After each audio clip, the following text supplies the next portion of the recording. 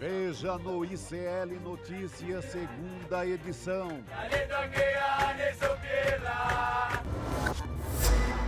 Espionagem do tio Sam. Documentos revelam a bisbilhotagem do governo dos Estados Unidos sobre Lula. Ao Departamento de Justiça dos Estados Unidos, que queriam e nunca aceitaram o Brasil. Guerra dos memes. Ministério da Fazenda responde a ataques contra o ministro Fernando Haddad nas redes sociais.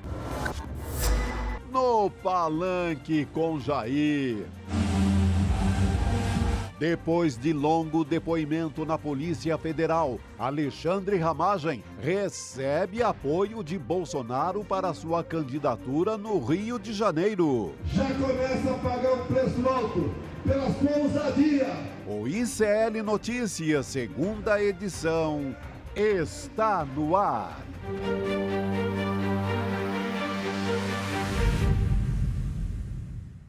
Olá, boa noite. Seja muito bem-vindo, seja muito bem-vindo. ICL Notícias, segunda edição, está no ar. Hoje que é véspera de sexta-feira.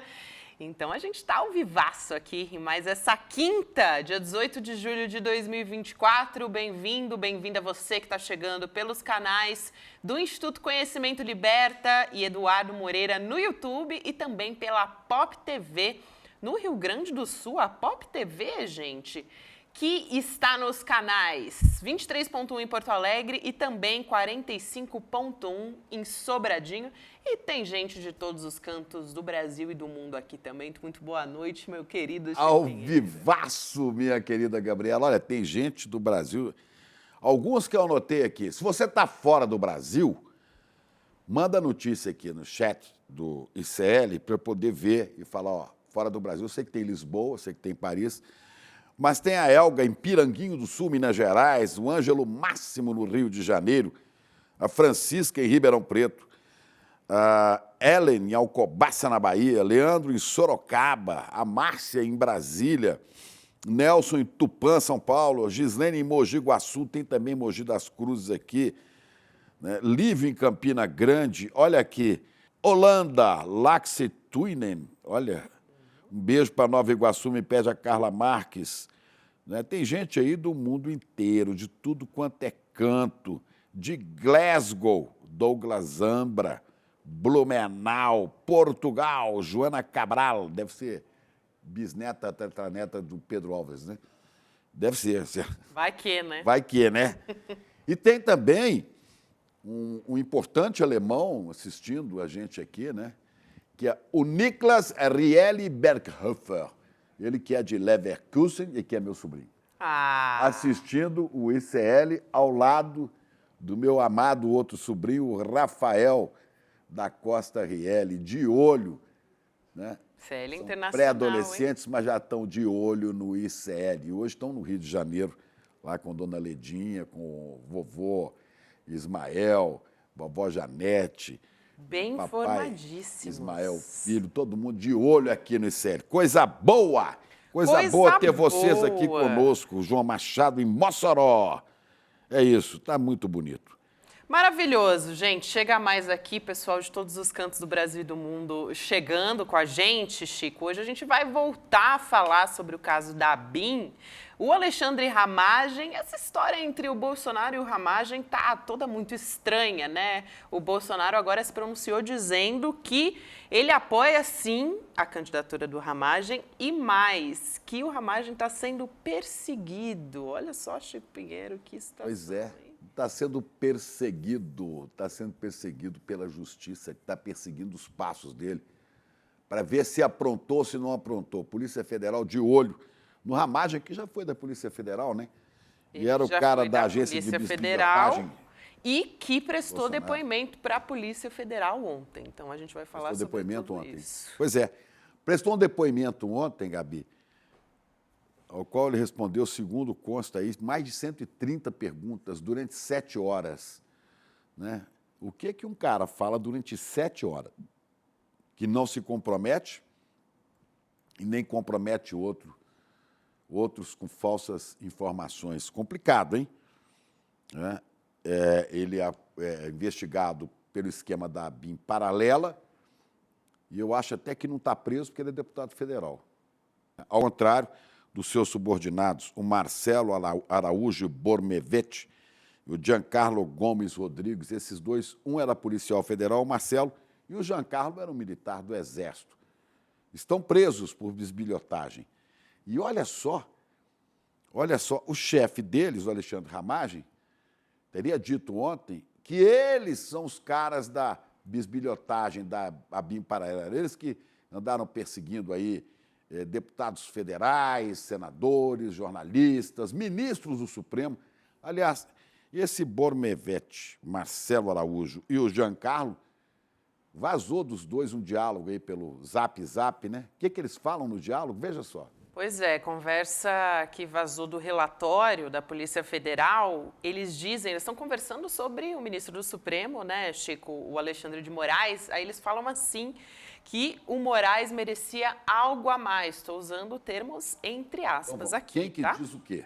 Diga aí. A gente não sabe quem exatamente falou o quê ali, mas a conversa rolou assim, ele fala, o Moraes merecia algo a mais, aí o outro diz, headshot, que é um tiro na cabeça. Cabeça, shot, tiro. Um tiro na cabeça. Exatamente. Que costuma ser usado, inclusive, por atiradores mesmo, né? É um termo dos atiradores. Então, foi bastante grave essa conversa. O ministro do Supremo, que era presidente do TSE, de cabeça de ovo, né? Esse cabeça de ovo merece. O Giancarlo Rodrigues diz que o Careca estava merecendo algo a mais, olha aqui.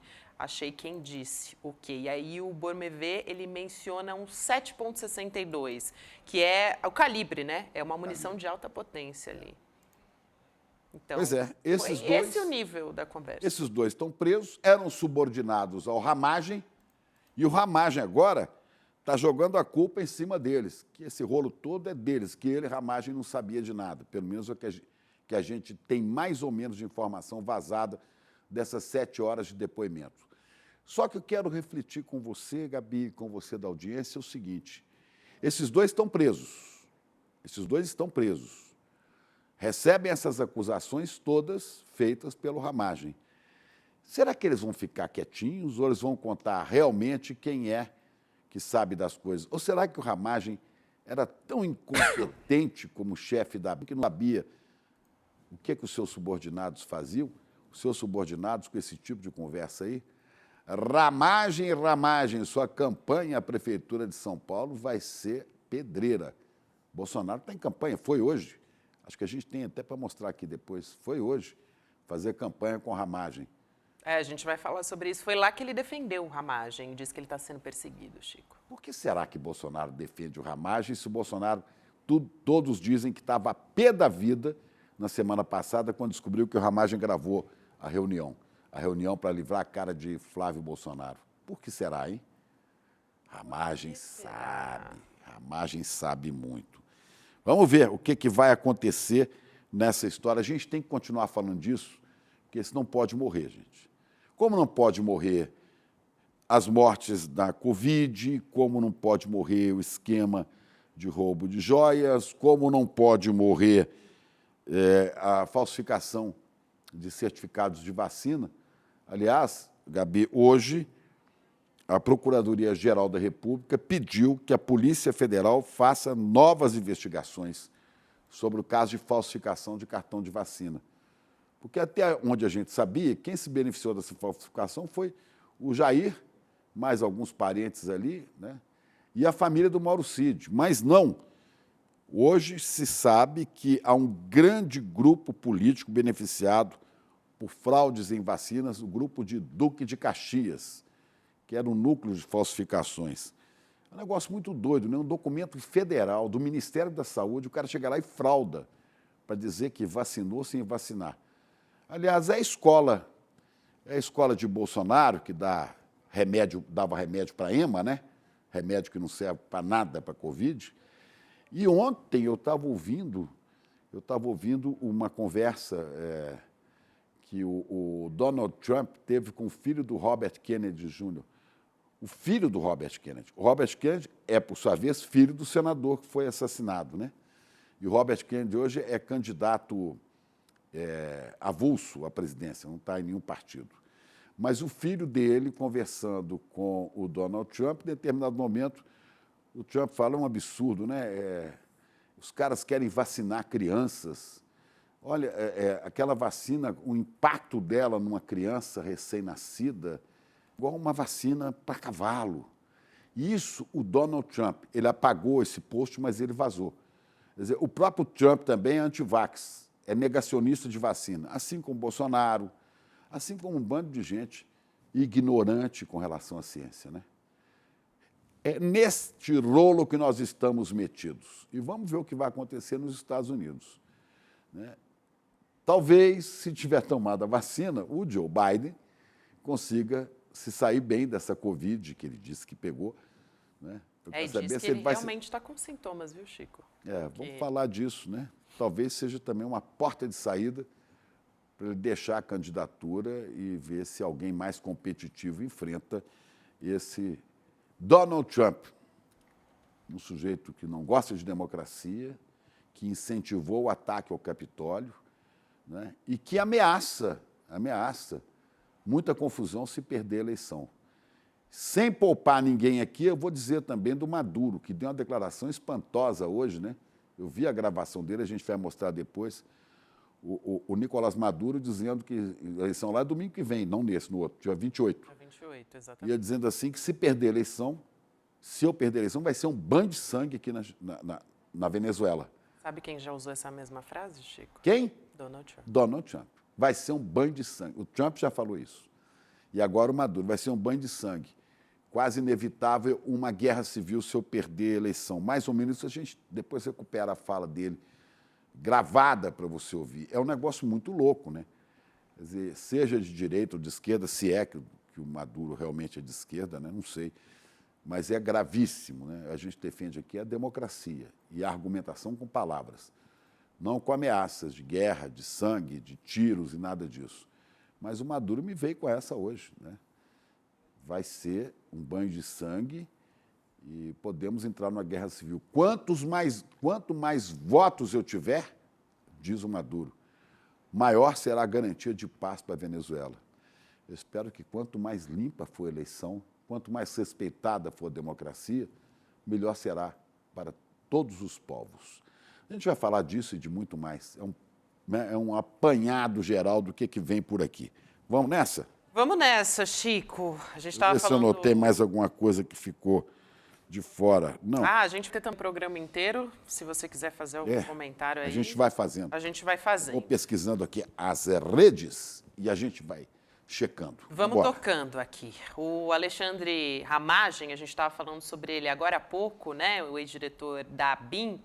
Ele deu um longo depoimento para a Polícia Federal ontem, nesse caso do esquema de espionagem legal, e hoje o próprio Ramagem saiu em campanha lá no Rio de Janeiro, ele é pré-candidato à Prefeitura do Rio, do lado do ex-presidente Bolsonaro, tá, gente? Então, olha só o plot twist dessa história, né? Daqui a pouco a gente vai conversar sobre essa questão política com o Juliano Medeiros, que é cientista político também, trazer todos os detalhes, e também sobre uma outra espionagem, que não é espionagem da nossa ABIN, mas espionagem dos Estados Unidos. Depois a gente explica essa história também para você. Mas a gente vai falar principalmente sobre essa reunião bomba aqui na segunda-feira, caiu na nossa cabeça, aconteceu em 2020 entre o Ramagem, também com o ex-presidente Bolsonaro, duas advogadas que estavam defendendo o Flávio no caso das rachadinhas, e o Augusto Heleno, para blindar justamente o Flávio nesse caso, né? E aí esse áudio veio a público, o Flávio tem dito que essa reunião era para denunciar um esquema dentro da Receita para persegui-lo. Então, hoje o ICL exibiu na íntegra uma entrevista importante com uma dessas advogadas, a Juliana Biarrimbach, que foi feita pela Juliana Dalpiva. Essa entrevista está disponível nas nossas redes, nas nossas plataformas também, você pode ir lá assistir a entrevista completa. A gente vai destacar um trecho aqui em específico para começar essa conversa, quando a Juliana Biarrimbach diz que estava lá para fazer o protocolo de uma peça no GSI, o Gabinete de Segurança Institucional, comandado na época pelo general Augusto Heleno. Vamos assistir. eu não estava lá para falar nem com o Ramagem, nem com o presidente da República, nem para discutir estratégia de defesa com nenhuma pessoa. Eu estava lá para unicamente fazer um protocolo de uma peça no GSI. Por que eu deveria falar com o general Heleno? Não é discutir uma tese de defesa do Flávio Bolsonaro, uma estratégia. Não foi, a intenção não era essa. Qual era a intenção? Era fazer um despacho, como você faz com absolutamente qualquer autoridade quando você vai fazer um protocolo de alguma coisa. Ele era o ministro do GSI, eu estava levando uma peça para protocolar no GSI e o que eu imaginei que estivesse acontecendo era, olha, você precisa ir lá para despachar com o ministro para poder fazer para que a peça seja admitida. Eu quero dizer, antes de mais nada, a gente vai ouvir também a doutora Maíra sobre essa história, mas eu quero dizer o seguinte, do jeito que eu entender a coisa, você pode pensar diferente, você que está em casa. Mas eu acho o seguinte, a vilã dessa história não é a doutora Juliana Bierrenbach, né? Ela é advogada, todo mundo tem direito a ter um advogado, inclusive Flávio Bolsonaro. Se ela é advogada de Flávio, você imagina você no lugar dela. Então você está com uma defesa difícil de fazer, todo mundo tem direito à sua defesa, e aí o cliente chega para ela e fala assim, tem uma reunião, ainda que ela tenha dito que até a hora da reunião ela não sabia com quem era, mas tem uma reunião com o ministro do GSI, e sei lá, com meu pai, presidente da República. O que ela vai dizer, não, nessa reunião eu não vou, estou fora? Ela é culpada de ter reunião? Né? Ela vai falar, não, me afasto do caso porque aí não dá. Não, ela tem que ir lá ouvir. Eu imagino, né, que ela pensa assim, eu vou lá ouvir. Agora, esta reunião é uma proposta de uso da máquina do Estado para defender interesses particulares, aí quem armou a reunião, quem participou dela, aí sim, está encrencado. Agora ela ouviu, participou e depois até deixou o caso, né? Então eu não quero que... Eu não me sinto confortável, senão eu vou crucificar a doutora Juliana Bierrenbach. Não, inclusive porque ela é de uma família que durante a ditadura, né, o almirante Júlio de Sá Bierrenbach foi um almirante do Superior Tribunal, o Superior Tribunal Militar, o STM, e o Júlio de Sá Bierrenbach teve uma atuação exemplar na questão da bomba do Rio Centro. Se colocou ao lado da democracia, denunciando os pilantras do submundo militar, a tigrada, como chamava Hélio Gaspari. Então, eu acredito que a doutora Bierrenbach, quando fala que foi lá, ela foi. Diz ela que só ficou sabendo na hora que chegou lá, mas mesmo ficar sabendo antes, ela não pode abandonar o cliente porque tem uma conversa com... Eu acho que não, eu vou lá ouvir. Eu vou lá ouvir e saber o que faço com isso. Como é que faz? Imagine. A gente até vai trazer aqui alguns trechos, ela fez uma publicação hoje nas redes sociais. Daqui a pouco eu vou trazer aqui um trecho, mas eu quero chamar a doutora Maíra Recchia para a nossa conversa, para a gente entender em específico, mas já vou dar primeiro boa noite para a doutora Maíra. Sempre um prazer, Maíra, falar contigo. Seja bem-vinda mais uma vez. Obrigada, Gabi. Boa noite, Gabi. Boa noite, Chico. Boa noite a todas as pessoas que nos acompanham hoje. É sempre uma alegria estar aqui com vocês também. A alegria é toda nossa, querida. Eu quero começar perguntando, porque esse trecho que a gente trouxe em vídeo diz especificamente sobre o protocolar, né, uma peça no GSI, no Gabinete de Segurança Institucional. E a doutora Maíra tem muita experiência, enfim, para nos explicar, tentar fazer a gente entender se faz sentido isso, uma advogada indo ao encontro de um dirigente, no caso, né, um ministro do Gabinete de Segurança Institucional, para protocolar uma peça. Eu queria fazer essa primeira pergunta que eu acho que é fundamental a partir desse trecho que a gente ouviu da alegação da Juliana Bierrenbach, doutora Maíra. Gabi, é muito comum que nós, da advocacia, a gente procure as autoridades competentes pela condução de determinado procedimento quando você vai fazer a defesa de um cliente, por exemplo. O que me chama a atenção, contudo, nesse caso, é desse despacho, dessa peça ser protocolada diretamente no GSI. Porque, na realidade, o GSI ele não conduz inquérito, por exemplo. Claro. Então, qual que é, assim, a colega, né? Qual que seria o teor dessa peça? Porque, na realidade, eu não vejo, nesse caso em específico, qual que seria o propósito dessa reunião, se não efetivamente, com todo respeito, utilizar toda a instituição para blindar a família Bolsonaro. Com todas as vênias, a minha colega, acho que ela estava ali no exercício da profissão, não sei qual o contexto que isso aconteceu, mas não me faz sentido você ir para o GSI para fazer o protocolo de eventual denúncia, porque ali não é o órgão competente para isso. Você tem outras ferramentas de investigação, você tem outros órgãos que são sim competentes para essa investigação, que eles declaram, né, que seria uma questão com relação à Receita Federal.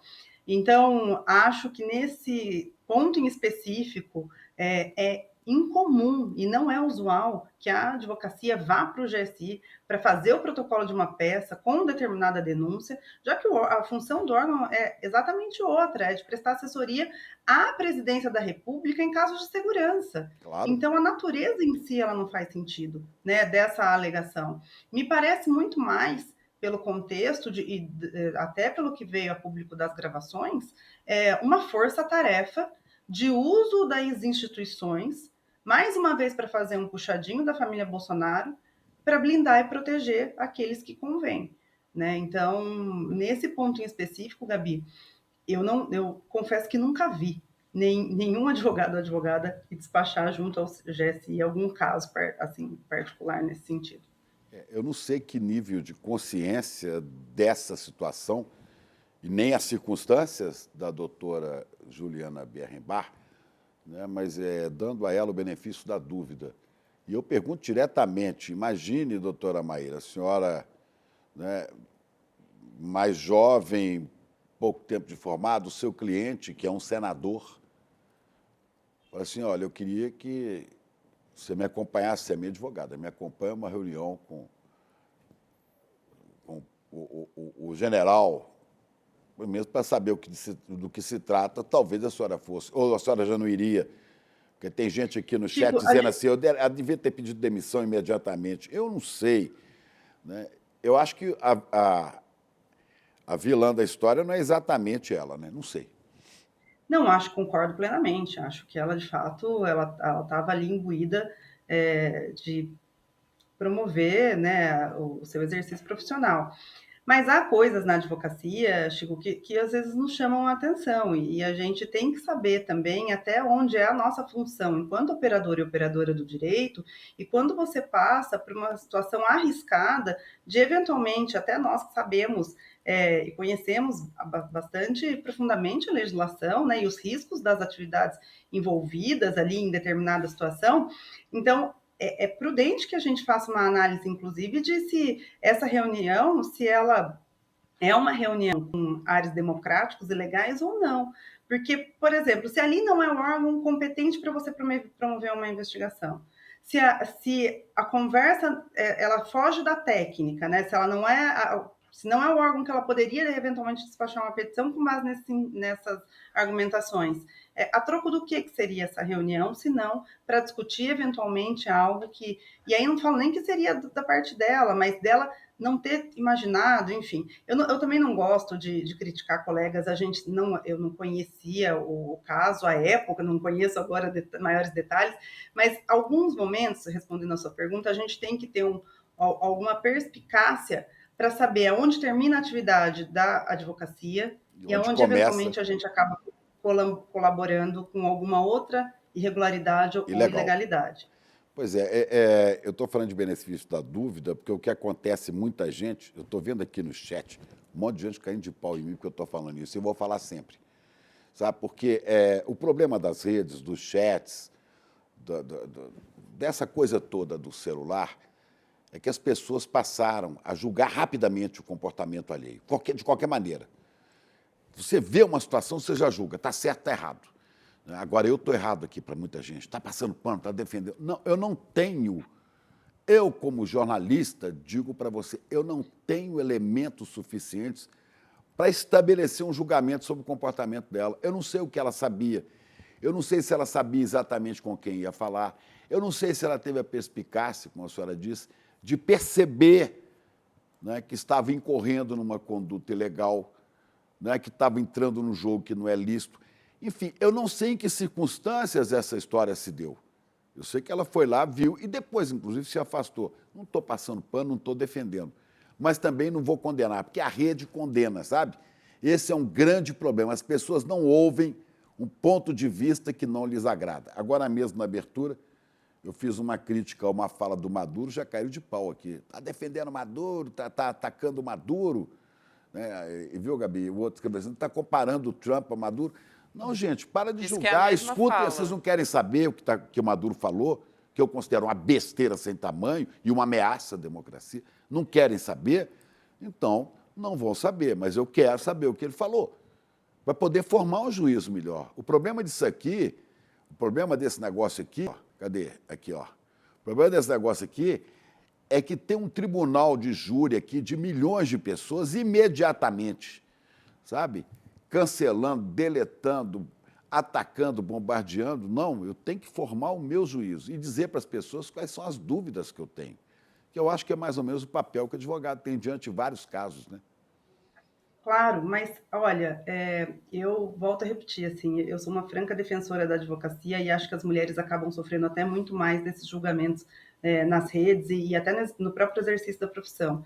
Mas se eu puder, assim, pelo menos trazer mais um ponto para a discussão, para nós, operadores e operadoras do direito, também chama muito a atenção, a gente tem o dever de sigilo, independente também da parte que seja. Uhum. E me chama muito a atenção ela também vir a público e contar detalhes que podem, eventualmente, até infringir a ética do dever de sigilo, do dever profissional que cada um de nós carrega. Então, eu acho que esse ponto de reflexão também, né, dela estar se manifestando com relação ao que aconteceu, e aí ela patrocinava ainda o interesse do seu então cliente, já que comprovada essa tese de que ela foi lá despachar eventualmente algum documento, me chama também um pouco a atenção essa relação ter vindo a público com tantos detalhes, porque nós temos um código de ética bastante importante que nós temos que seguir, porque a gente detém a confiança dos nossos clientes.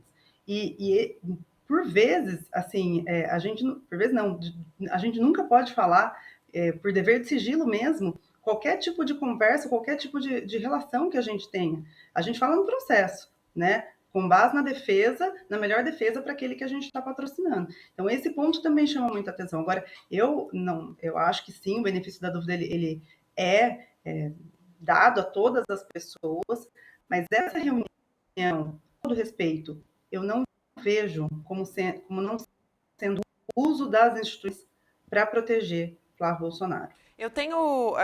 Eu acho um ponto interessante isso que você traz, doutora Maíra, eu acho que eu não tinha ouvido ninguém falar sobre isso ainda, sobre essa questão do pronunciamento, né, e do sigilo perante ao cliente. Inclusive, a outra advogada, que é a Luciana Pires, que a Juliana alega que era realmente a responsável sócia dela, pelo caso, a ex-sócia dela, que era realmente responsável pelo caso e que ela tinha ido apenas nessa reunião. Ela já deu algumas versões, né? Deu 4 entrevistas para diferentes veículos de imprensa.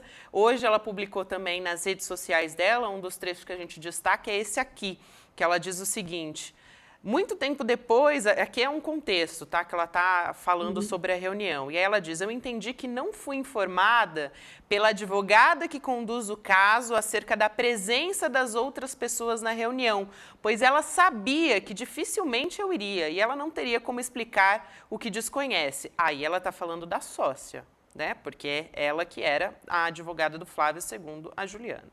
Mas no susto não há muito o que fazer quando se está diante da maior autoridade da República, já dentro de seu gabinete, além de respirar e fazer aquilo que foi fazer, apresentar a petição. A gente entra, mais uma vez, nessa questão de uma petição, né, de uma peça ser apresentada para o GSI, que a doutora Maíra já falou a respeito. E um outro ponto que eu quero trazer aqui é que tem um ponto que você destaca, né, Maíra, que diz a respeito da reunião em si, né? Quais crimes que poderiam ser envolvidos nessa reunião, uma vez que está se utilizando do Planalto, de uma entidade, enfim, que é utilizada pelo Estado, né, pelo governo, para fazer uma reunião que discute a respeito do senador Flávio Bolsonaro, que sim, é filho do presidente, normalmente em casos que se discutem, né, crimes envolvendo um familiar, o pai, enfim, o familiar pode participar, e acho que você pode falar sobre isso muito melhor do que eu, mas a questão é quem estava presente lá e onde foi feita essa reunião, né? Esse eu acho que é um ponto importante da gente discutir aqui. Eu entendi, eu vi essa postagem que ela fez um pouco antes, mas assim, acho que o primeiro ponto que a gente precisa destacar, tudo isso está sob investigação. Se há petição, toda vez que a gente, ainda que houvesse, ainda que eu nunca tenha visto alguém despachar uma petição junto ao GSI, mas, desculpa, a gente está tocando aqui no celular. Ainda que eu não, acho que vai atrapalhar um pouquinho, né? Não, dá para parar? A gente espera. Está bem longe aqui de mim, mas vamos lá, vou tentar falar aqui. Ainda que tivesse um protocolo, né, que tivesse uma peça, isso deve estar sob investigação. E não existe petição associada de um processo. Então, na realidade, se houve alguma petição, isso vai aparecer no processo. As petições, elas não são ao léu. Elas têm um rito, elas têm um procedimento, né? Então, eu acho que esse ponto, isso vai aparecer. O outro ponto é que quais são os delitos? A gente pode estar falando de advocacia administrativa, associação criminosa, a gente pode estar falando de tráfico de influência, a gente pode estar falando de obstrução à justiça, a gente pode estar falando de corrupção passiva, enfim, mais alguns dos vários delitos que Bolsonaro vem sendo investigado. Então, na realidade, é uma gama, né, de delitos que podem ser imputados. Agora, para que esses delitos sejam, de fato, né, crimes, né, que na acepção da palavra, isso tem que ter passado dessa conversa para algum ato de execução. Porque ali, pelo que me parece, é uma conversa que eles estão tramando, pelo que está nos áudios, estão tentando achar alguma saída para a defesa de Flávio Bolsonaro. Então, isso não se pune, né? Isso não é... A conversa em si não é considerada crime, mas uma vez que tenha se dado prosseguimento a esse plano, todos os delitos podem ser catalogados aí para essas ações. Mas, doutora Maíra, só uma questão, né? Mesmo que não se tenha dado seguimento àquilo que poderia acontecer depois da reunião, a própria reunião, para tratar de um caso particular do filho do presidente, usando o aparelho do GSI, da ABIN, da Presidência da República, essa própria reunião não é algo descabido? Ela mesma em si já não tem cara de crime, não?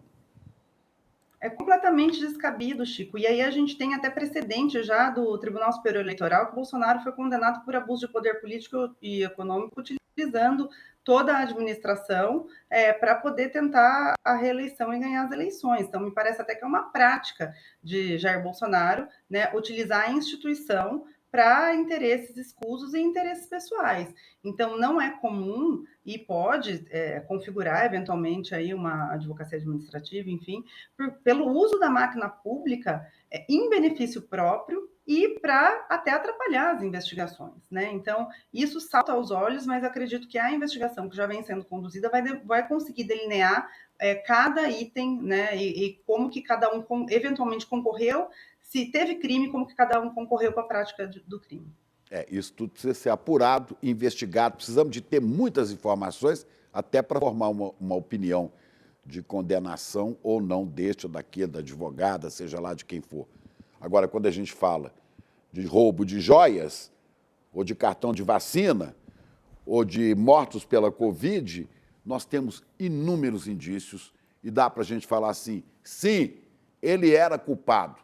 E esperamos que a justiça confirme isso, né? É isso, até porque algumas argumentações parecem que em algum momento se disseram coisas diferentes, então tudo isso precisa ser apurado, a gente vai conseguir continuar falando a respeito dessa história e acho que a doutora Maíra foi muito clara aqui também nos pontos que a gente deve prestar atenção. Boa.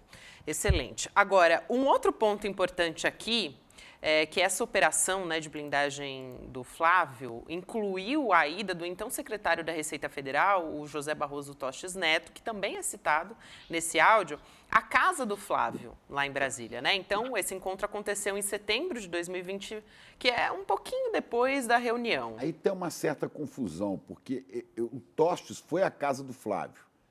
E surgiu uma história que as advogadas estiveram nessa reunião na casa do Flávio. Isso, depois a Juliana da disse que nunca foi à casa do Flávio e que não esteve com o Tostes. Quer dizer, então, mas aí que tem tá. que saber quem está falando o quê, né? Essa apuração é da Folha de São Paulo. Quem estava presente nessa reunião, de acordo com a Folha, na casa do Flávio Bolsonaro, ela é a Luciana Pires, advogada do Flávio.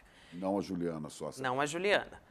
Então, o que se aconteceu de acordo com essa apuração da Folha, né? O Tostes Neto apresentou nessa reunião com o Flávio o que seriam os resultados da investigação que foi solicitada pela defesa do próprio Flávio sobre esses supostos acessos ilegais dos servidores da Receita, né? Que era essa a acusação ali da defesa do Flávio Bolsonaro, que a Receita teria feito acessos a dados fiscais do senador e dos familiares dele também. Então, essa é a história que se conta. A Luciana Pires estaria lá, ela é uma das advogadas do Flávio, segundo a Juliana, quem realmente estava atuando nesse caso. Agora, é interessante, né, doutora Maíra, justamente o Tostes Neto, ele foi citado nesse áudio, é bom a gente lembrar, um pouco antes dessa reunião acontecer e também depois foi na casa dele. Na casa do Flávio, né? Mas, enfim, essa reunião incluindo o chefe da Receita. Pois é, Gabi, agora veja, eu desconheço também qual chefe de órgão vai até a casa de alguém que está sofrendo algum tipo de investigação. Isso não é comum, isso não é legal, não é moral, mas também não é legal. As investigações e todos os atos dela decorrentes, seja para acusação ou para defesa, a gente conversa e fala e se manifesta nos autos. Se há algum tipo de irregularidade, tem uma série de ferramentas que nós da advocacia, os operadores do direito como um todo, podemos demandar perante as instituições competentes. Então, se é para eventualmente tirar algum tipo de prova dos autos, porque ela não obedece ali a cadeia de custódia, ou enfim, qualquer outra irregularidade, você tem ferramenta para isso. Você tem ferramenta legal, você se manifesta no processo. Eu desconheço autoridades que vão à casa dos investigados para levar informações. Se não, para que eventualmente combinar algum tipo de conduta? E o que causa espanto é que são pessoas que eram autoridades públicas, que tinham todo um departamento sobre a sua custódia, sobre a sua responsabilidade. E isso foi feito sem qualquer pudor. Então, veja, não é comum que os chefes ou as autoridades competentes vão até a casa daquela pessoa, especialmente que está sendo investigado. É só pensar num caso comum, né, doutora Maíra? Imagina eu, você, o Chico, na condição de investigados, chamo a minha advogada lá em casa e o chefe da Receita. Quer dizer, eu estou acusando os servidores da Receita de bisbilhotarem os meus dados, aí eu chamo ele lá em casa para trocar uma ideia. Quer dizer, gente... Que é isso? Impensável. Né? No mínimo, então... No mínimo. E por isso que eu volto a repetir. A gente precisa ter cuidado da onde é o exercício profissional e aonde isso resvala a uma falta ética. Eu não sei, realmente eu não sei, não estou, como muitos acham, passando pano, mas eu sei que essa doutora Juliana, depois de um certo tempo, caiu fora, não quis mais seguir nesse rumo. Então, acho que, no mínimo, a gente tem que saber mais para julgar. Eu ando muito danado com as redes sociais, ou redes digitais, que redes sociais isso não tem nada, que imediatamente julgam tudo. E julgam vida pessoal. Fulano traiu, fulana traiu, fulano fez isso. E julgam, e condenam, e cancelam, né? Eu acho que a gente precisa ter mais cuidado ao falar de comportamento humano. Um pouco mais de cuidado e um pouco mais de informação. É só isso. Depois, a história vai dizer se estava certo ou não aquele comportamento, né? Eu não sei, não conheço a doutora Juliana, tem nada a ver com ela, não estou tomando defesa, mas eu acho que a gente tem que caminhar devagar nisso. Que eu sei que a família estava se organizando para livrar a cara de um político acusado e com vários indícios de crime de peculato, isso evidente que estava, né? crime de peculato, que é o nome que eles não gostam de falar, preferem falar rachadinha, parece que é mais suave, mas é peculato mesmo, né? Pois é, imagina se esse caso tivesse vindo à tona na época, né? Será que teria prejudicado, por exemplo, a candidatura do então senador, hoje senador, né, Flávio Bolsonaro? Isso tudo tem que ser questionado. Doutora Maíra, muito obrigada por hoje, mais uma vez, sempre um prazer te receber, querida. Valeu. Obrigada, gente. Boa noite, bom Boa trabalho. noite. Obrigada. Obrigado, doutora Maíra. A gente continua por aqui a gente estava falando agora em extrema-direita, né? Flávio Bolsonaro, extrema-direita, Chico. Tem uma história que eu quero trazer aqui que, na verdade, é uma boa notícia para o caso da Juliana Dalpiva, né? Porque tem uma manifestação... que envolve aquele pilantra que está lá no Santos, o Alan dos Santos, É. foragido. Pois é. O nome disso em direito é homiciado. Quando o cara é procurado pela justiça e foge, esconde, ele é Tá lá homiciado. nos Estados com H, Unidos, viu? né? Homiciado. Ele, Aí, bom, quer dizer, trazendo esse contexto aqui, em manifestação para o Supremo Tribunal Federal, a Procuradoria-Geral da República pediu a abertura de uma investigação contra o youtuber bolsonarista Alan dos Santos, que é esse que a gente está conversando aqui, que está lá nos Estados Unidos desde que ele teve a prisão decretada pelo ministro Alexandre de Moraes por conta do inquérito das milícias digitais, isso lá em 2021, gente. Então, essa é a história. Mas nesse caso em específico, o PGR pediu, né, a abertura dessa investigação por causa dessa publicação que ele forjou uma conversa com a Juliana Dalpiva, né, uma falsa conversa arquitada. Juliana aqui do ICL Notícias, né? E essa solicitação foi feita pelo PGR, o Paulo Gonet, acolhendo esse pedido de investigação esse pedido que foi feito pelos advogados da Juliana Dalpiva. Então, agora, essa história, eu queria ressaltar aqui, Chico, que é muito importante, que não se trata, porque alguns bolsonaristas ou, enfim, pessoas que vêm defender o Alan dos Santos aqui no nosso chat ou nas redes, que não é tratamento diferente, não é privilégio, porque o caso está no STF ou porque foi uma manifestação do Gonet. Essa história, na verdade, é por conta dele, o Alan dos Santos, tentar obstruir a investigação, e ele também atacou o STF, o ministro Alexandre de Moraes, quando ele cita o ministro. E também pelo crime misógino na internet, que tem previsão de apuração federal. Então, são diversos pontos que justificam, né, tecnicamente, juridicamente, que esse caso esteja lá. Então, queria fazer também essa ponderação aqui, nesse caso da Juliana. Pois é, e esse Alan sabe que ele não pode pisar no Brasil, senão ele vai em cana, né? Inclusive, Tudo que já fez. Ele não poderia ter perfis nas redes sociais aqui por decisão da Justiça, justamente porque ele está sendo investigado nesse crime das milícias digitais, que está no Supremo Tribunal Federal, e foi lá que ele fez a publicação, né? Foi nas redes sociais dele que ele fez aquela publicação toda forjada, como se a Juliana tivesse entrado em contato com ele. Mas ele não poderia nem ter feito a publicação, porque, na verdade, ele vai recriando outros perfis para continuar fazendo a atuação da extrema-direita. Deleta, ou então um perfil cai, ele vai criar outro e continua com a atuação dele ali. É a jogada dessa turma da esgotosfera da extrema-direita, né? Já que não tem argumento, eu forjo, eu solto fake news, eu engano, eu destilo ódio. É isso. É isso que esse rapaz faz, esse Alan dos Santos.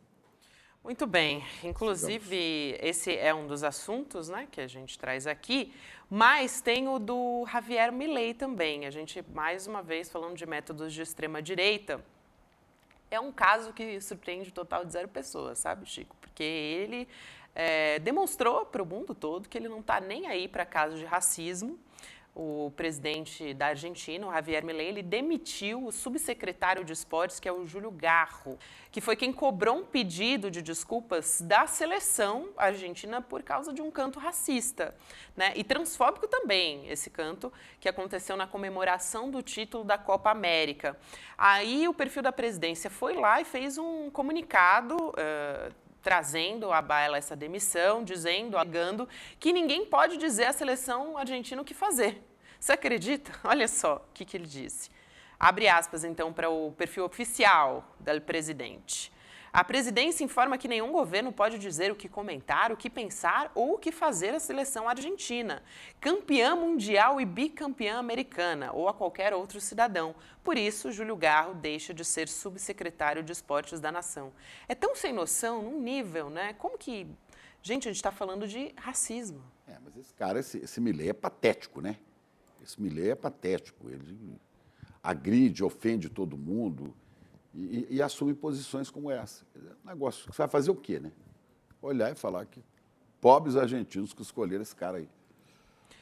E o Javier Milei, ele até retuitou um artigo que foi publicado no jornal El Economista, que é uma publicação que chama o subsecretário, que foi demitido, né, de macrista. Politizou a situação e diz que a demissão deixa claro que ninguém mexe com Lionel Messi. Olha que situação. Assim como o ministro da Economia, o Luiz Toto Caputo. Aí a gente tem a publicação do El Economista que está aí na sua tela, dizendo: o Javier Milei passou uma mensagem clara. Com Toto Elio, está falando do Lionel Messi, né? Você não pode brincar. E aí o Júlio Garro depois teve que ir para as redes sociais, Chico, e pediu desculpas a quem se sentiu ofendido, quem se incomodou com o posicionamento antirracista dele. Ele falou: eu lamento muito se o meu comentário ofendeu alguém, nunca foi essa a minha intenção e por isso disponibilizei a minha demissão, embora estarei sempre do outro lado da discriminação em todas as suas formas. Quer dizer, é um negócio tão absurdo que é até difícil de acreditar que está acontecendo, mas, infelizmente, num governo de extrema-direita como o da Argentina, a gente sabe a que serve, né? E os neofascistas da extrema-direita sempre é assim, misógina, racista, né? Em qualquer lugar do mundo eles são assim, né? Anticiência, misóginos, racistas, homofóbicos, tudo isso. E a gente já viu vários argentinos brancos, né? Campos de futebol, gente de extrema-direita, gente da pior qualidade, fascistas mesmo, né? Chamar jogador de macaco, oferecer banana, essas coisas que passam na cabeça deles como se fossem gênios, né? Então, o Milei representa isso de maneira muito concreta. Exatamente, é isso que ele representa. Muita gente cobrando que o presidente Lula jogue mais duro com ele, né? Com o Javier Milei. Com o Milei, mas acho que é tudo que ele quer para aparecer. O presidente Lula fala: olha, divergências entre presidente, agressões entre presidente, isso não me interessa. Me interessa os interesses do povo brasileiro e do povo argentino. E, para isso, nossas relações comerciais vão continuar e isso fica entregue ao Itamaraty. Eu acho uma medida prudente, sábia, deixa o imbecil berrar sozinho, falar asneira lá à vontade. Né? O Guilherme Bessa aqui falando no nosso grupo, que trabalha aqui na nossa equipe, né, diretor de transmissão, dizendo: a Argentina, um lugar onde se tem que pedir desculpas por ser antirracista. É inacreditável mesmo. Inacreditável que a Argentina tenha botado na presidência um cara desse nível, né? Carajo. É isso. Vamos voltar a falar sobre Alexandre Ramagem, voltar aqui para o Brasil, mas a gente não podia deixar de trazer essa história, porque é realmente inacreditável. Agora, o Jair Bolsonaro, eu falei sobre isso na abertura do programa, ele defendeu a candidatura do Alexandre Ramagem, gente, à Prefeitura do Rio, e disse que o Ramagem está sendo perseguido. Ele alegou isso. Ele está na pré-candidatura, né, do Ramagem. Está sendo perseguido pelas leis, né? Só se for pelas leis, exatamente. Até porque ele teve a oportunidade ontem na Polícia Federal de prestar depoimento. Então, não tem nada de perseguição nessa história. 7 horas de depoimento, 6 horas e meia, né? 6 horas e meia, imagina, 130 que ditadura perguntas. é essa que deixa o cara falar 6 horas e meia o que ele acha que deve falar? Mas... Pois é. E aí, nessa semana, essa história veio à tona por conta desse áudio que aconteceu em 2020, que foi gravado por ele, que estava o Bolsonaro, as advogadas do Flávio Bolsonaro e também o ministro do GSI. E, né, foi lá que eles discutiram como blindar o Flávio Bolsonaro, como ajudar o Flávio nessa história do escândalo da rachadinha. E o Ramagem disse que o presidente sabia que ele estava sendo gravado. Nos bastidores, pela imprensa, que a gente ficou sabendo é que o Bolsonaro não ficou nada feliz com essa história, danado, né, Chico? E aí, hoje, num ato no Rio de Janeiro, o Bolsonaro foi lá e declarou apoio total ao Ramagem. Vamos assistir esse vídeo? Vamos embora. Vamos ver. Todos aqueles que estão ao meu lado sofrem perseguições. pagam um preço alto por ombrear-se comigo. E vocês sabem como nós somos perseguidos. O Ramagem, o delegado da Polícia Federal, que eu conheci na transição de 2018, já começa a pagar um preço alto pela sua ousadia de querer pensar, sonhar e administrar uma cidade com respeito, com honradez e com orgulho. Paga preço alto nada, Gabi. Ele não tem ideia do preço que ainda vai pagar pelos crimes cujos indícios mostram que houve, né? Crimes que ele cometeu. Preço alto nada, Jair. Você vai ver o que vem pela frente para você, para a família, para a Ramagem, enfim, para quem tivesse metido na sua aventura golpista, mentirosa, assassina muitas vezes, né? Porque negar a ciência no meio de uma pandemia é uma atitude assassina. É, sem dúvida Preço nenhuma. alto. Preço alto pagou quem morreu. E as que famílias, né? E que ele imitava, sufocando, na maior cara de pau, na maior falta de respeito, sem vergonha nenhuma na cara, né? Tô morrendo, tô morrendo. Que isso, Jair? Você acha que você está pagando preço alto? Não pagou nada ainda, vai pagar muito. Vai pagar, tenho certeza, acredito nas instituições. Vamos chamar o Juliano Medeiros, cientista político, para conversar com a gente sobre esse assunto, sobre outros assuntos também. Juliano, prazer te receber mais uma vez, querido. Seja bem-vindo. Tudo bom, Gabi? Tudo bom, Chico? Prazer estar com vocês Salve, mais uma vez aqui Juliano. em série. Prazer é todo nosso te receber. Bom, a gente está, primeiro, tá todo mundo meio confuso com essa história, mas a gente tem um pouco dos indícios do que está levando o Bolsonaro a defender o Ramagem com unhas e dentes desse jeito, né, Juliano? Parece que é porque ele sabe um pouco mais do que o Bolsonaro gostaria sobre essa história da ABIN, né? Parece que é o efeito Mauro Cid, Gabi. Estão chamando de efeito Mauro Cid. Mauro Cid foi preso, né, numa determinação do ministro Alexandre de Moraes, fez um acordo de delação. Esse acordo de delação ele é sigiloso, mas parece que enredou bastante gente, não só no escândalo das joias, mas lá atrás também, dando informações preciosas sobre o plano para dar o golpe que estava sendo arquitetado dentro do Palácio do Planalto e do Comando Militar lá em Brasília, reuniões que foram relatadas onde se discutia a possibilidade de organizar o chamado Plano B, caso Bolsonaro perdesse as eleições, como parecia que ia acontecer naquele segundo turno de 2022. Então, Mauro Cid, que já é considerado entre os bolsonaristas um grande traidor, agora vai gerando o efeito em cima da relação dos Bolsonaro com o Ramagem. O Ramagem com certeza sabe muita coisa. O Ramagem, aliás, diga-se de passagem, não instituiu a ABIN paralela, coisa nenhuma. Ele usou a ABIN oficial para espionar a gente, para fuçar no lixo dos adversários, como se diz no jargão popular, né, para intimidar. Então, não teve ABIN paralela, coisa nenhuma. O Ramagem usou a ABIN oficial para cometer crimes e crimes graves. E, obviamente, que o Bolsonaro tinha duas opções. Ou mandar o Ramagem às favas e, com isso, ter mais um inimigo para contar os seus segredos, ou uma repactuação. Agora, a repactuação não tem a ver só, do meu ponto de vista, com a situação judicial do Bolsonaro. Aqui também em São Paulo, de onde eu falo, de onde vocês falam também, aí na Vila Mariana, que eu sei onde vocês estão. Eu sei, você já veio aqui várias vezes. Já fui aí várias vezes.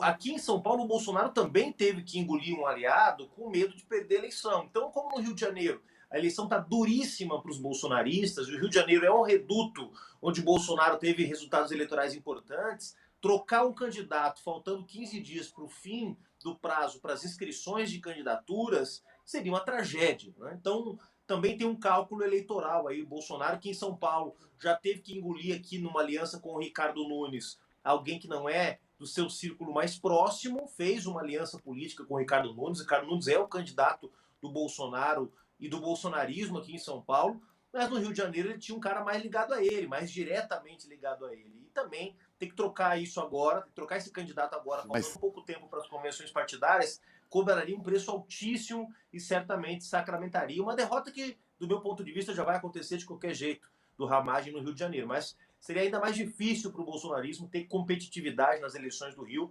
trocando o Ramagem nessa altura do campeonato. Mas me parece que tudo, no fim das contas, tem mais a ver com o efeito Mauro Cid do que com qualquer cálculo eleitoral, viu, gente? Agora imagina, Juliano, trocar o Ramagem. Bom, seria até uma ideia, mas trocar por quem? Por Pazuello, aquele trapalhão, aquele especialista em logística, aquele que não tem nem opinião, um manda e o outro obedece. Eu costumo compará-lo ao Sargento Garcia, do Zorro, né? Do seriado do Zorro na televisão, o Sargento Garcia, que só fazia atrapalhada. Pazuello, que infelizmente, foi eleito deputado federal por gente do Rio de Janeiro, certamente com apoio de milícia e tudo mais. Mas Pazuello, você imagina, talvez o banho de votos fosse maior ainda contra ele. Agora, o Bolsonaro vai manter o Ramagem porque trocar por Pazuello é pior, sei lá, porque o Ramagem sabe muito, né, Jair? Sabe muito. Né? É isso. O Pazuello era para estar preso, né, Chico? Vamos Claro. com o português. O Pazuello, depois do que fez como ministro da Saúde, né, como terceiro ministro da Saúde na pandemia de Covid, onde descaradamente fez o que fez em Manaus, quando negou oxigênio para fazer um teste macabro, testar a tal da tese de imunização de rebanho, que era defendido, entre outros, por Osmar Terra, outro que tinha que estar preso também, e que estão todos protegidos pela maldita imunidade parlamentar, e pelo Arthur Lira, que não permite que os processos contra eles avancem na Câmara dos Deputados. Esse sujeito tinha que estar preso há muito tempo. Quer dizer, o Ramagem cometeu crimes, não há dúvida que o Ramagem cometeu crimes e vai ser julgado por esses crimes enquanto esteve na chefia da ABIN. Agora, o que o Pazuello fez foi participação direta num genocídio. Né? Eu continuo insistindo nessa tese. Quer dizer, a palavra maldita que muitos querem negar e que não se fala mais na imprensa brasileira, associar Bolsonaro ao genocídio. Bom, me digam o que é um plano que envolve o assassinato de milhares de pessoas para testar uma hipótese pseudocientífica como era a imunização de rebanho. Então, Pazuello é sócio direto nessa experiência, nesse genocídio, e era um dos que deveria estar preso nessa altura do campeonato. Né? E muito menos grave que isso, deveria ter sido punido pelo Exército, que ele desmoralizou quando, na função de general da ativa, subiu no palanque para fazer comício, para puxar saco de Bolsonaro. Lembra? No Rio de Janeiro. E a cúpula do Exército ficou toda em silêncio vendo ele fazer essa palhaçada. Mas a cúpula do Exército, Chico, diga-se de passagem, já tinha se desmoralizado muito antes, quando permitiu que 6.000 oficiais fizessem parte do governo Bolsonaro em cargos comissionados para sustentar um governo que foi um desastre para o país. Né? Quer dizer, a cúpula do Exército não tinha mais moral nenhuma para punir quem quer que fosse, muito menos um general que virou ministro com as bênçãos do alto comando militar do país. Agora, quando vieram à tona as informações de que houve uma reunião e que nessa reunião o comandante do Exército... Opa, tivemos uma interrupção aqui? Não, voltou. Vai. Voltei. Vai, Juliano.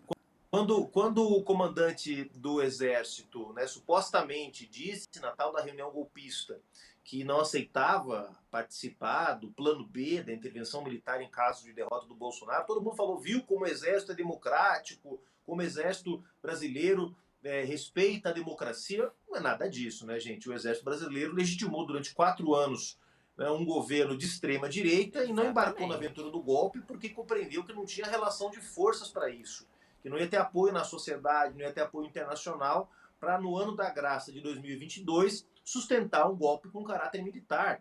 Quer dizer, nem na Bolívia, onde isso foi feito alguns anos atrás, se sustentou por muito tempo. Já não é mais tão fácil bancar golpes militares no Ocidente a essa altura do campeonato. Por isso que existe o lawfare, por isso que existem outras formas de intervir na política, né, e que têm sido usados largamente. Agora, que o Exército Brasileiro se associou descaradamente ao governo de extrema-direita, isso não há dúvida. Né? E a forma como alguns, inclusive dentro do próprio governo Lula, têm passado o pano para esse tipo de atitude é lamentável e pode nos cobrar um preço alto no futuro. Fundamental essa sua fala, Juliana. Eu quero trazer uma outra história aqui que é importante a gente discutir. Só completar uma coisa do Exército. Diga.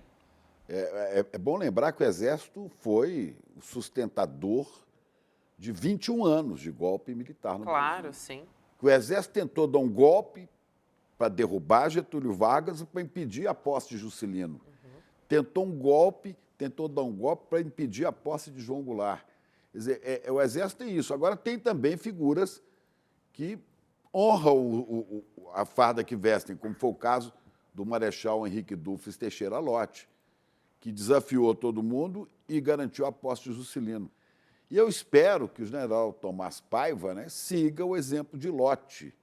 Esses dias eu gostei muito dele ter falado uma coisa aqui, porque passou essa generala que cuida do Comando Sul, a generala americana, que agora eu me esqueço o nome dela, meu Deus.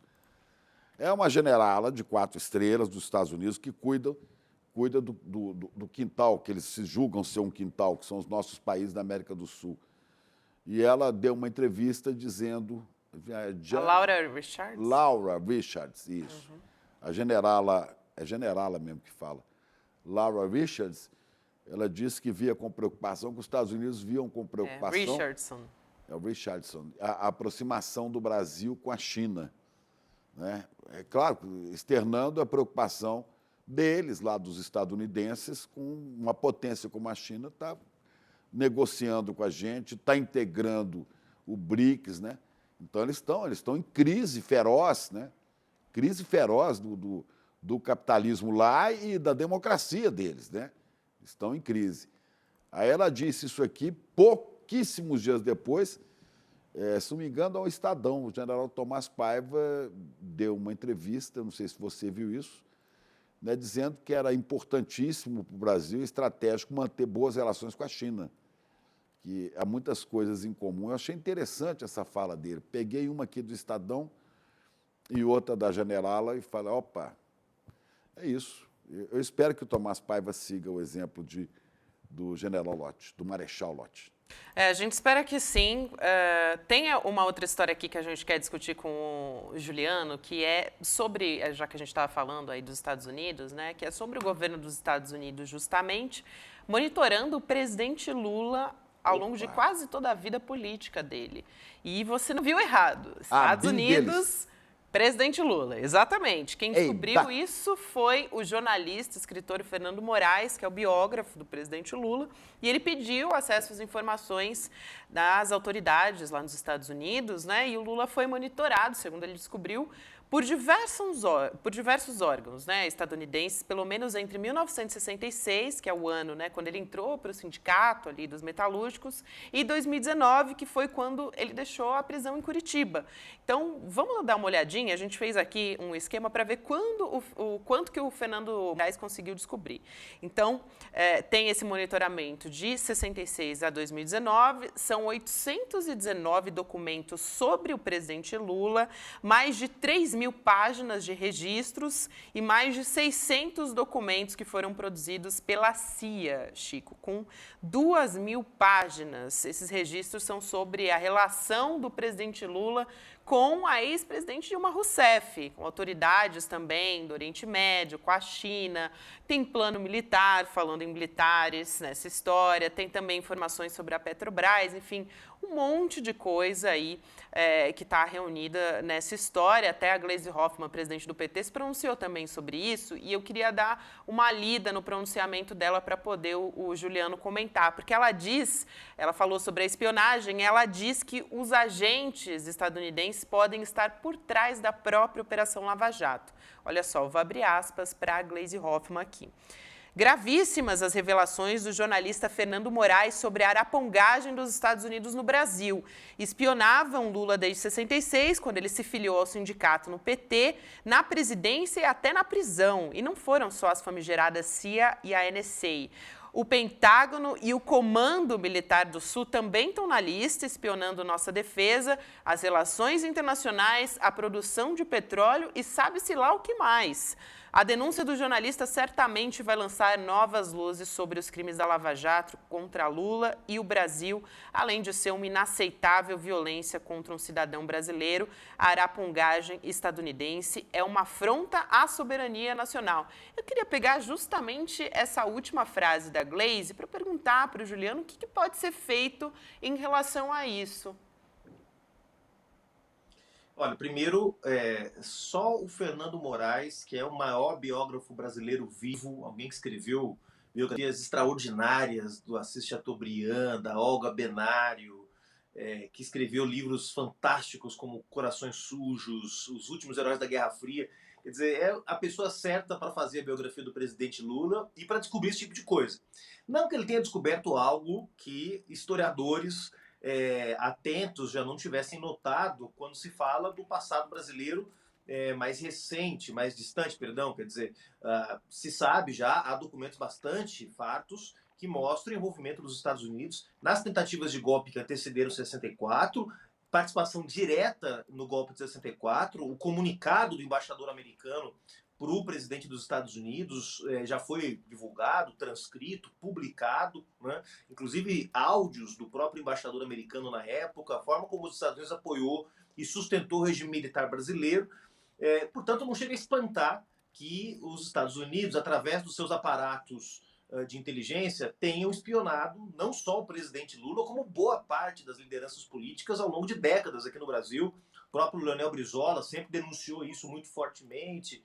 Outras lideranças que certamente tiveram na mira dos aparatos de inteligência dos Estados Unidos, o próprio Luiz Carlos Prestes. E não me espanta, nem me espantaria se nas páginas que o Fernando Moraes vai publicar em breve, eu espero, estejam aí outros políticos da esquerda brasileira que possam representar, no entender dos Estados Unidos, uma ameaça à sua hegemonia. Então, primeiro, não chega a ser uma surpresa, embora seja muito positivo para a democracia, para a transparência, para a gente entender melhor como funciona o jogo, sobretudo a geopolítica dos Estados Unidos para países que querem assumir um papel mais independente, mais protagonista no cenário internacional, como é que funcionam esses aparatos. Segundo, que eu concordo plenamente com a Gleice quando ela diz que os Estados Unidos muito provavelmente estão por trás também da Lava Jato. Vamos lembrar que quando a Lava Jato estoura aqui no Brasil, para investigar um caso de lavagem de dinheiro num posto de gasolina em Brasília, a indústria de engenharia do Brasil representava 5% de toda a indústria de engenharia do planeta. O Brasil estava exportando serviços de alta tecnologia e alta complexidade através das suas empresas. Não quer dizer que essas empresas não fizeram maus feitos, que não tenham comprado, subornado agentes públicos. Tudo isso aconteceu. Eu não acho que a Lava Jato foi só uma operação da CIA, mas a CIA aproveitou a Lava Jato para tirar empresas brasileiras do caminho, fortalecendo a indústria de engenharia dos Estados Unidos, para enfraquecer a Petrobras e viabilizando um plano de expansão, sobretudo do refino no Brasil, para que o Brasil tivesse que comprar petróleo importado dentre outros países do próprio Estados Unidos. Então, assim, não tem dúvida de que a Lava Jato tem aí também, teve por trás de si interesses estratégicos de estados poderosos. E eu não sei nem se é só os Estados Unidos que estavam por trás da Lava Jato, se não estão também outros países e outros interesses. E, por fim, o tema da soberania que a Gleice traz é muito importante, porque certamente não é só o governo americano que espiona as nossas autoridades ou que espiona as nossas empresas, né? Tem muita espionagem industrial, biopirataria. Quer dizer, a gente sempre que pensa em interferência na soberania nacional, no uso dos órgãos de inteligência de outro país, a gente sempre pensa lembrando dos filmes de espião, dos filmes do James Bond, que espião vem para cá para espionar só. E são bons filmes, né, Chico? Você gosta de filme de espião? Eu quero lembrar aqui, você falou em filme, e eu estava me lembrando aqui, eu estava em Havana, há alguns anos atrás, eu estava em Havana, jantando com alguns amigos, quando parou um carro chique, pulou um cara do lado de fora e veio sentar à nossa mesa. Era o Fernando Moraes. E muito agitado, eu estava jantando com a gente, o Frei Beto estava comigo, não sei se o Ricardo Couto, o presidente da Assembleia Nacional do Congresso de Cuba, e o Fernando Moraes muito agitado, que ele estava em Cuba terminando umas investigações e ia partir para os Estados Unidos, onde ele concluiria isso, onde havia cubanos presos. E daquele encontro ali, eu sabia que ele estava escrevendo um livro. Surgiu um livro chamado Os Últimos Soldados da Guerra Fria, que foram os espiões cubanos que foram presos na Flórida, né? E que depois virou filme. Está aí disponível nas redes, procurem, é fantástico, é um filme com Wagner Moura, Penélope Cruz, Ana de Armas. É um filme fantástico, se chama... Eu ver aqui o nome do filme. Operação Vespa. Não, não é Operação Vespa. Operação Vespa é o que aconteceu. Mas o filme se chama WASP Network. Rede de Espiões. Rede de Espiões. Rede Vespa, né? Rede de Espiões. Sensacional. Então, esse filme mostra bem quem é, porque ele é inspirado no livro Os Últimos Soldados da Guerra Fria, do Fernando Moraes. Você vê que o Fernando Moraes, quando ele quer investigar, ele chega. É um puta repórter investigativo. E eu recomendo mais 2 filmes. O outro, a gente mostrou aqui no ICL, eu conversei com o diretor, né? É O Dia que Durou 21 Anos. Inclusive, depois a gente vai falar ali, né? Também. Não. Esse é outro filme que a gente vai falar. O Dia que virou 21 anos, filme. Mas é ótimo também. Do Camilo Tavares, que mostra claramente como é que os Estados Unidos jogaram aqui no Brasil para dar o golpe, né? Como é que se aliaram a militares brasileiros. Você falou do embaixador dos Estados Unidos do Brasil, que era o Lincoln Gordon, sabe? Um safado, um cara sabotador de democracias, como são costumes só em ser os americanos. Né? E também o Vernon Walters, que era dito militar, que tinha sido espião americano lá em Londres, depois foi mandado para cá, e daí mandaram gente para dar aula de tortura e tudo. Isso tudo está no filme. O primeiro filme, então, é o Rede de Espiões. Né? Rede de Espiões. O segundo é O Dia que Durou 21 Anos. Procura aí. Tem na plataforma do ICL. Do ICL, icl.com.br, que você vai achar. E o terceiro é um filme do Costa Gavras, que se chama O Desaparecido. Acho que com Jack Lemmon, que é um negócio fantástico. Fica claro e nítido como que os Estados Unidos se meteram, né, no golpe militar do Chile, né, levando à morte o presidente Salvador Allende. Então, esses são filmes que mostram como é que eles agem aqui no quintal, no comando sul deles, né? Exatamente. E tem outros. Os do Costa Gavras aí são... Os do Costa Gavras tem muitos aí, né? Estado de Sítio, mais recentemente Círculo do Poder, muitos filmes que mostram de uma forma crítica a interferência das potências imperialistas sobre as democracias, seja através da economia, seja através da violência, seja através do apoio a regimes de exceção. A arte imita a vida, Chico. Eu não vou me estender, mas eu queria só lembrar... Eu estou aqui essa semana passada, substituindo o meu queridíssimo Rodrigo Viana. Ele e o Chico né? estão de E eu férias. não vou poder fazer, não vou continuar fazendo o jornal, mas eu queria deixar como sugestão até a Gabi, Rodrigo e a galera do ICL, a gente devia fazer sexta-feira, pelo menos na sexta, graças a Deus. Amanhã, também conhecido como amanhã. Que a gente fizesse, sabe, dicas de filmes para você poder procurar e assistir. Né? Dicas de filmes. Assista esse, que é muito legal, assista esse. Porque com esses filmes, as pessoas não estão com muito tempo para ler, mas vendo um filme desse, você aprende um tanto da história do Brasil. Como vendo aí, está aí do lado, A Ponte de Bambu. É um filme fantástico sobre a China da Revolução Cultural de Mao Tse-tung. Estou eu aí na foto com o diretor, com o Marcelo Machado. Nós vamos passar o filme domingo, às 20h. Você pode se inscrever, é de graça, faltam 3 dias para você se inscrever e poder assistir esse filme. E depois uma entrevista que eu fiz com o Marcelo Machado sobre as condições que ele fez esse filme. É a história de um brasileiro, Jaime Martins, um jornalista, que foi para a China, né, e viveu a Revolução Cultural lá. Revolução Cultural que tem aspectos trágicos, né?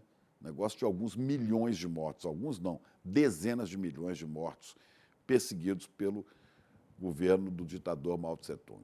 Quero agradecer ao Juliano Medeiros, querido. Obrigada mais uma vez, Juliano Medeiros, que é cientista político, por vir aqui jogar a luz a todos esses temas tão complexos, historiador da nossa política. E vem muito mais por aí, a gente ainda vai conversar muito. Obrigada, Juliano. Até mais.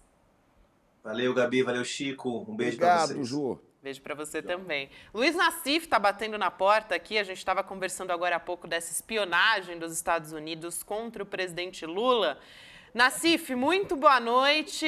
Quero te ouvir falar sobre essa história, porque, olha, é demais, né? E é um longo período.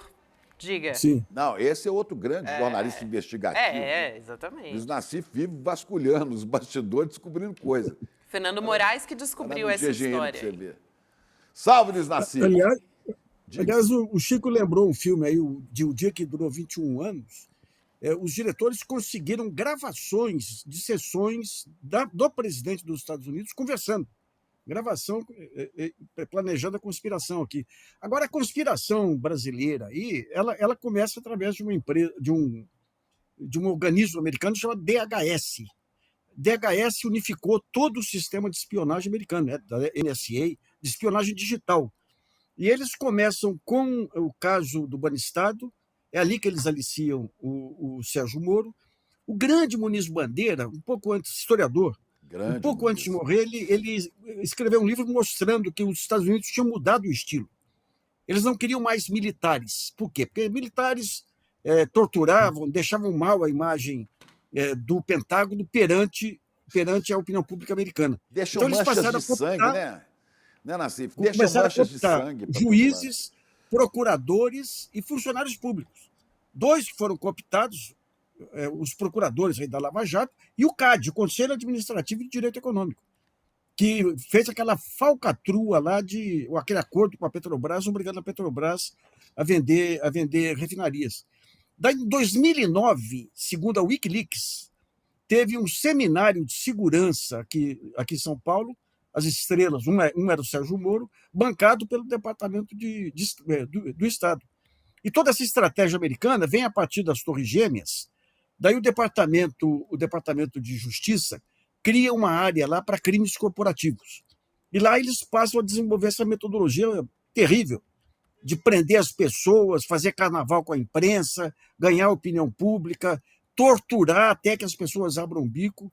Esses abusos continuaram durante alguns anos, levaram ao fim da Arthur Anderson, que era uma grande empresa, outras empresas também entraram nisso, daí eles seguraram a peteca por lá. Mas foi essa metodologia que veio aqui para a Lava Jato. E a Lava Jato é fruto direto dos Estados Unidos. O que os Estados Unidos fizeram? Porque o que eles fizeram? Eles tinham uma lei anticorrupção, essa lei que permitia os abusos lá nos Estados Unidos, daí eles convenceram a OCDE, que é aquela organização dos grandes países do mundo, a assumir a lei. Então, quando a OCDE assume, significava o seguinte: qualquer ato de corrupção que envolvesse o dólar iria para a investigação nos Estados Unidos. Foi assim que pegaram o pessoal da FIFA na Suíça e pegaram a Lava Jato. E a estratégia era essa, era prender indiscriminadamente, obrigar o cara a confessar o que os procuradores queriam, não é confessar a verdade especificamente, é o que os procuradores pretendiam. Mas é interessante que os historiadores aí só entram na parada depois que algum livro conta essa história. Quando eu comecei a levantar essa questão a gente tem um documentário, Lava Jato, Lado B, que a gente conta tudo isso. Mais uma dica de cinema. Mais uma dica de filme. Conta aí. Lava Jato, Lado B, tá no YouTube. E tem uma cena no Atlantic Council, que é um think tank americano que reúne lá o Estado Profundo, onde um subprocurador elogia o Janot e diz que enaltece a parceria e diz que, graças a essa parceria, nós conseguimos hoje prender um presidente da República. Foi no dia que o Lula foi preso. Então, todo esse processo... Agora, é interessante um ponto, é uma curiosidade, pessoal, que é o Zé Serra. O Zé Serra ele percebeu esse jogo lá atrás. Porque quando veio o Banestado, pegaram uma conta dele. Daí, na correspondência da Wikileaks, tem uma carta do embaixador americano lá para o Departamento de Estado, dizendo o seguinte: o governador de São Paulo quer, o prefeito, não lembro se era prefeito ou governador, quer de todo jeito uma aproximação com o DHS. Ele não quer dinheiro, não quer nada, mas é que há suspeitas que possa haver ato terrorista no metrô de São Paulo. Ele já tinha percebido o jogo político e queria se aproximar para ter blindagem aí. Mas a Lava Jato foi claramente aí. Porque o jogo deles qual era? Eles tinham os grandes escritórios americanos ligados ao Pentágono. Então, primeiro, eles davam força para os promotores de diversos países, passando essa informação espionada aí. E podendo passar grana, né? E podendo passar grana. Você não lembra do contato de Dallagnol com eles? Sim. Os 2,5 bilhões da Petrobras. Né? Depois que eles davam essa força para os procuradores, eles jogavam a investigação onde interessava. Esse caso das empreiteiras matou o principal setor econômico brasileiro. E depois, o que eles faziam? A porta giratória. Então, os promotores ganhavam reputação, e infundiam temor, depois podiam sair e montar os seus escritórios de compliance, como o biquinho lá, aquele Fernando fez aqui no Brasil. O Sérgio Moro fez, recebendo Sérgio uma Moro grana foi lá, do como é que Álvares chama? Marçal. Como é que chama a empresa? Ele foi, e depois que ele deixou de ser juiz, ele foi para a porta giratória e foi para a empresa. Né? Álvares Marçal. Marçal, isso. Álvares Marçal. E você pega tinha um procurador suíço que era parceiro aqui no Brasil, quando ele foi expulso lá do Ministério Público e o Janot queria contratar. Quando pega o Brasil e eles se uniram para pegar o presidente francês, o Mitterrand, porque havia o acordo do submarino nuclear com o Brasil. Ou seja, a geopolítica está desde o começo, mas como foi fácil enfiar a goela abaixo, não digo do leitor comum, mas dos especialistas da Lava Jato. Quando eu escrevi sobre a influência americana, 3 pessoas, 3 analistas bons, aí, até de posições boas, ironizaram. Isso aí é teoria da conspiração. Ou seja, a história da carochinha dizer que a CIA conspira desde que nasceu. Ela existe para isso, né? Ela existe para isso. Ô, gente, tem mais um assunto aqui que eu queria trazer, porque o Nassif, né, além de todo esse conhecimento que ele tem, uma outra área que ele atua muito é economia. E essa semana, todo mundo que tem rede social viu um monte de meme aí chamando o ministro da Fazenda, Fernando Haddad, de taxade, né? E agora o Ministério da Fazenda, gente, respondeu esses memes, né? Que são críticas que estão rolando aí, WhatsApp, redes sociais e tal. A oposição, né, compartilhando uma série desses memes, relacionando o Haddad a esse aumento da carga tributária. Foi parar até na Times Square, essa história lá em Nova York, né? Tem um meme que o Haddad é chamado de taxa humana. Olha só, tá aí na sua tela para quem está nos assistindo. A carga tributária até caiu no primeiro ano do governo Lula, na comparação com o último do ex-presidente Jair Bolsonaro. E o Tesouro Nacional informa o seguinte, né? Que a carga tributária de 2023 somou 32,44% do PIB. E em 2022 tinha sido de 33,7% do Produto Interno Bruto. Aí os perfis do Ministério da Fazenda, o que eles estão fazendo, né, nas redes sociais? Lançaram uma campanha em defesa da nova reforma tributária e eles colocaram aquele filme Divertidamente, eles fizeram memes com isso. Aí, olha só, emoções com a reforma tributária. E aí tem todos os personagens do Divertidamente. Aí eles colocaram vergonha. Ter demorado 40 anos para aprovar uma reforma tão importante, justa e transparente.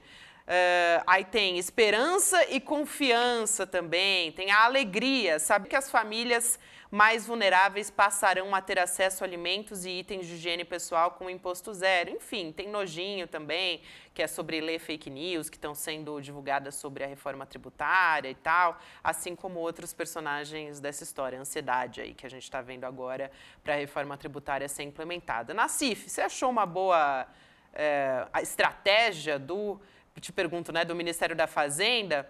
E como é que você está vendo aí essa história? Como é que você acompanhou essa história? Você pode explicar muito bem para a gente sobre a carga tributária, né? Primeiro, a campanha contra o Haddad é o reconhecimento que ele é o grande candidato a suceder o Lula. Esse é o primeiro ponto. Né? Olha. Agora você tem o mercado pressionando para ver cortes. O Lula segurando alguns cortes, porque o mercado ele paga a taxa de juros, ele recebe a taxa de juros mais perniciosa do planeta, a maior taxa real do planeta, e quer cortar de saúde, educação e tudo. Então, o Haddad tem que equilibrar. Agora, eu chamo a atenção de vocês para um fato interessante. O dólar, semana passada, ficou tranquilo. Hoje, o dólar subiu. O pessoal está atribuindo a uma reportagem da TV Record? Não.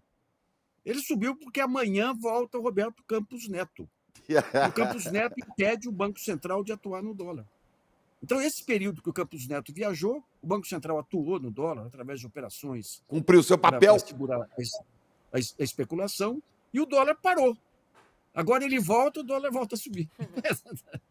Mas daqui a pouco a gente se livra dessa figura nefasta.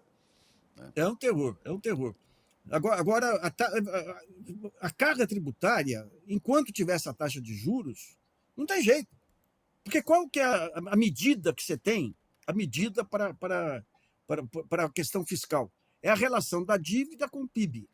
Só que a dívida ela cresce com a taxa de juros. Então, com uma taxa de juros de 10 e tantos por cento, se o governo não fizesse nada, a dívida crescia 10 e tantos por cento. Então, ele é obrigado a cortar gastos que são fundamentais para o desenvolvimento do país, para a industrialização do país, para matar a fome do brasileiro, para atender a Faria Lima. E tem o presidente do Banco Central que é cúmplice desse jogo. Olha, a vida de presidente não é fácil, não, viu? Mas o Roberto Campos Neto, olha, eu acompanhei economia desde os tempos da ditadura aí. Eu nunca vi um presidente de Banco Central tão irresponsável e leviano quanto Roberto Campos Neto. Esse é campeão, não tem um milímetro da inteligência do avô, mas tem toda a malandragem, viu? Nassif. Do avô ele pegou. Pois é, a gente vai ter muito ainda acompanhado esse personagem na nossa história, viu? A gente já vai voltar a falar sobre isso, com certeza. Valeu por hoje, Nassif. Até semana que vem. Valeu. Deixa eu só chamar a atenção para um pontinho. Opa. Tem um minutinho aí? Tem um minutinho, vamos lá. Não, eu acabei de contar no GGN a história do almirante Otton, que é um personagem da história. Eu tenho a impressão que Otton Pinheiro. A próxima biografia do Fernando Moraes vai ser sobre o almirante Otton. Eu estou contando a história que não foi contada na época. O que acontece? Você teve o acordo Brasil-França para o submarino nuclear. O submarino nuclear é movido a urânio. Só que depois, um subproduto do urânio é o plutônio, e o plutônio serve para bomba atômica. Então, o Brasil não pretendia fazer acordo nuclear, fazer bomba nem nada. Mas o clube nuclear, que são os Estados Unidos, França, Reino Unido, Rússia, China, ficaram com medo de ter produção de plutônio fora do controle. Então, a França veio para cá, um mês antes de assinar o contrato, e queimou todo o material que ele tinha mandado para a Odebrecht aqui, de transferência de tecnologia. E a Odebrecht ficou na mão.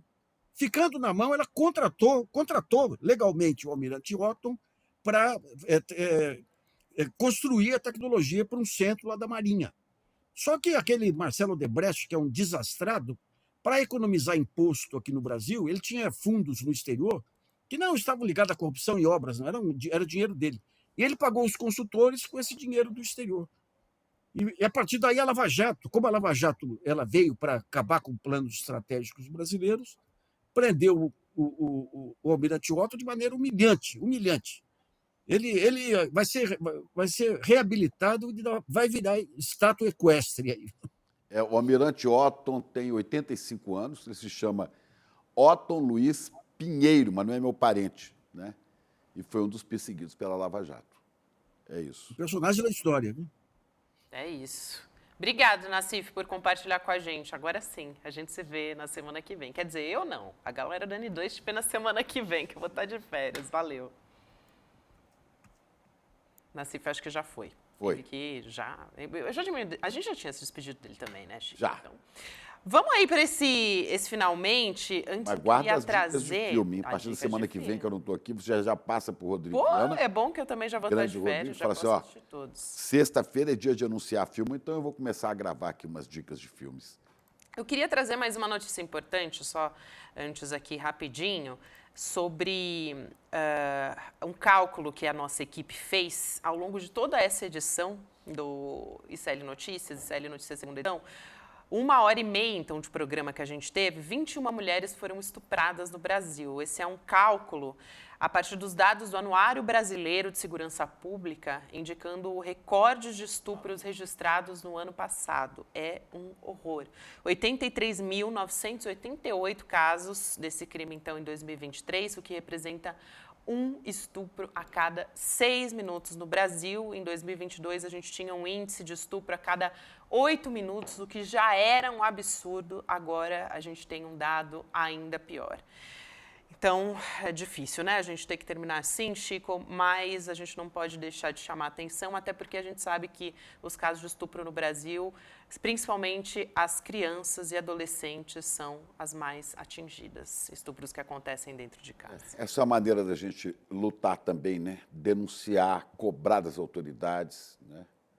Chamar a E atenção. a gente, que é homem, né, começar a educar os machos, porque o homem não é a mesma coisa que macho.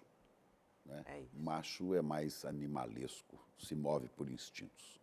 Pra gente fechar, a Ponte de Bambu, Chico Pinheiro, rapidinho, conta pra gente fechar. É a Ponte de Bambu, história dessa família de Jaime Martins, que com 20 e poucos anos, casado com Angelina, ele professor, né, ele se torna comunista e resolve ir para a China, em 62. Foi para a China e na China depois se torna a voz brasileira da Rádio Pequim.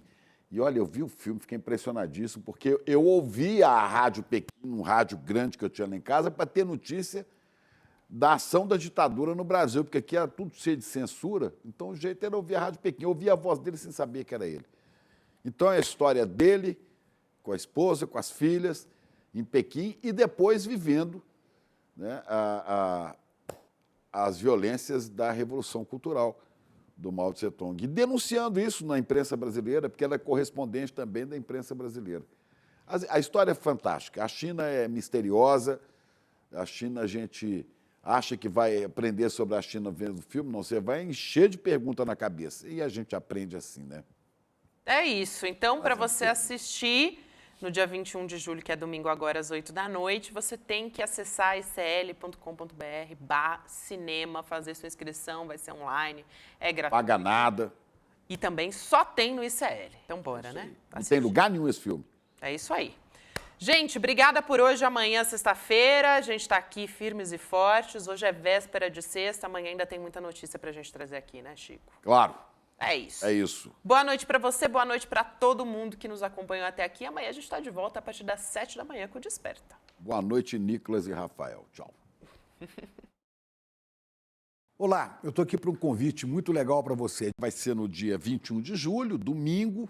Vem assistir com a gente A Ponte de Bambu. Sim, esse é o nome de um documentário do super premiado diretor Marcelo Machado. Ele narra a história de uma família brasileira que viveu na China a experiência da Revolução Cultural Chinesa, liderada por Mao Tse-tung. Mostra como que a família enfrentou essa situação. Então, esse filme muito legal, a gente vai mostrar aqui no ICL, e depois eu vou fazer uma entrevista exclusiva com o diretor, com Marcelo Machado, para contar essa experiência, e você vai mergulhar um pouco na cultura, na história da China, tirar muitas dúvidas através dessa entrevista, desse filme, e aprender, ter conhecimento, porque aqui é o Instituto Conhecimento Liberta.